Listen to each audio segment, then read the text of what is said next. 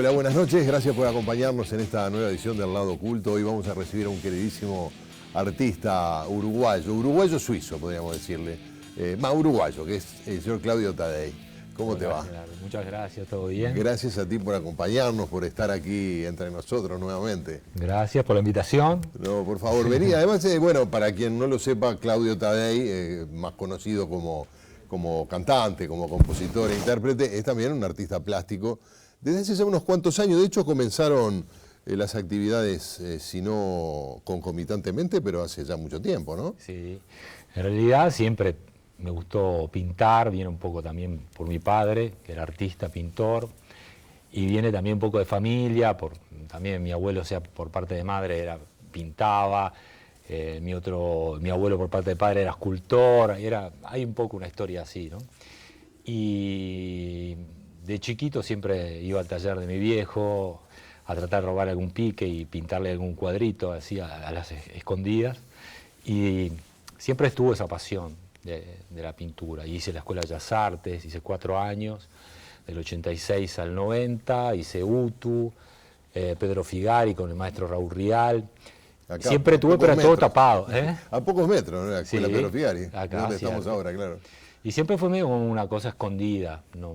Como más personal y así, ¿no? La música después agarró fuerza, me acuerdo en el 96 con La Iguana, fue una cosa como que era más que nada arrancar para ese lado, pero, claro, la pintura siempre estuvo presente. Bueno, vamos a repasar la trayectoria de Claudio Tadei en el siguiente take.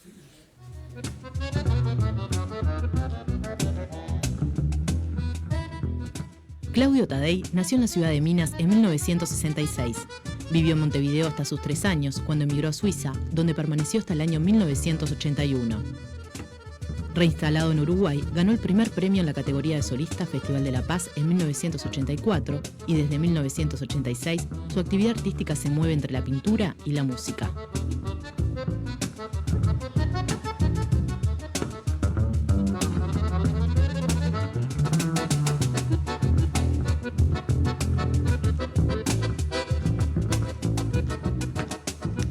Como músico ha grabado 11 CDs y 2 DVDs y se desempeñó como productor artístico, siendo responsable desde ese rol del primer álbum de La Vela Puerca.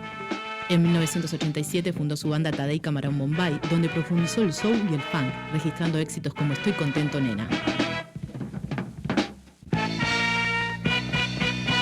Estás tan linda,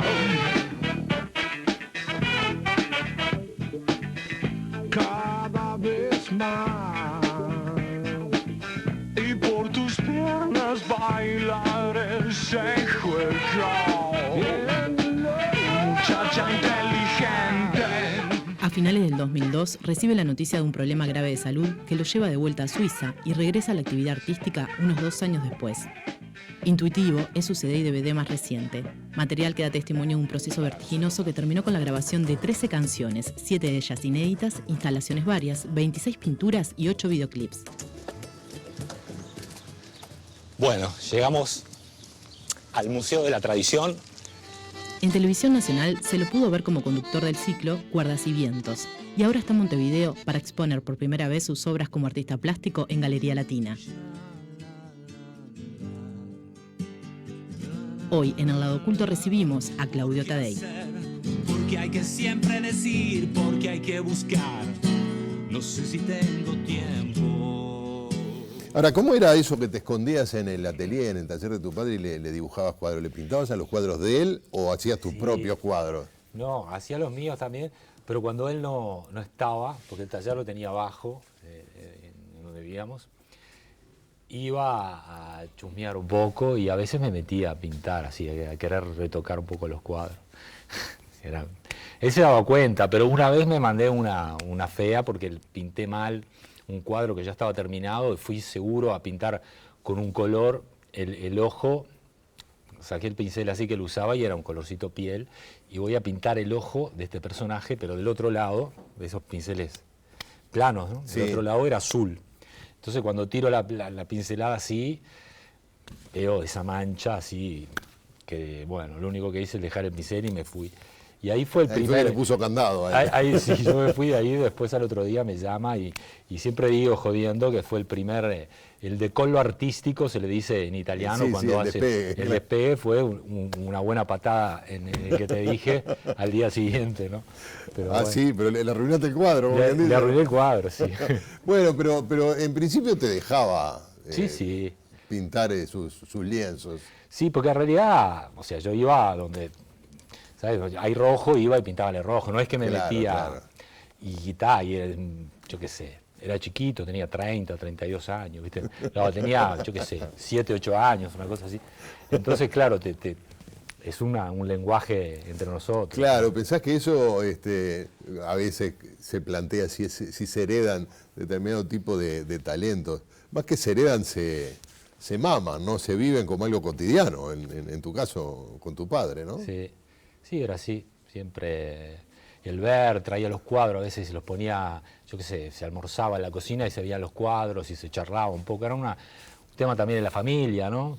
En casa se hablaba de lo que se estaba haciendo y sí, se respiró siempre. ¿Y por qué decías que al principio lo tenías como algo guardado, como algo escondido? Porque en realidad escondido es una manera de decir, porque yo siempre pintaba o dibujaba, era algo que me encantaba. Lo que pasa es que, claro, digo escondido porque, bueno, se me conoce como músico, entonces, bueno, no está ese lado, pero siempre estuvo presente. Bueno, hay periodos donde se pinta más o donde se trabaja más, sobre todo en invierno, cuando estás medio más tranqui. Sí.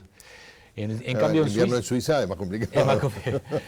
Pero en Suiza, debo decirte también como que tuve más posibilidad de acercarme a la pintura. También es cierto que Por también... el tipo de vida, por las posibilidades por que las te da el posibilidades, entorno. ¿Sí?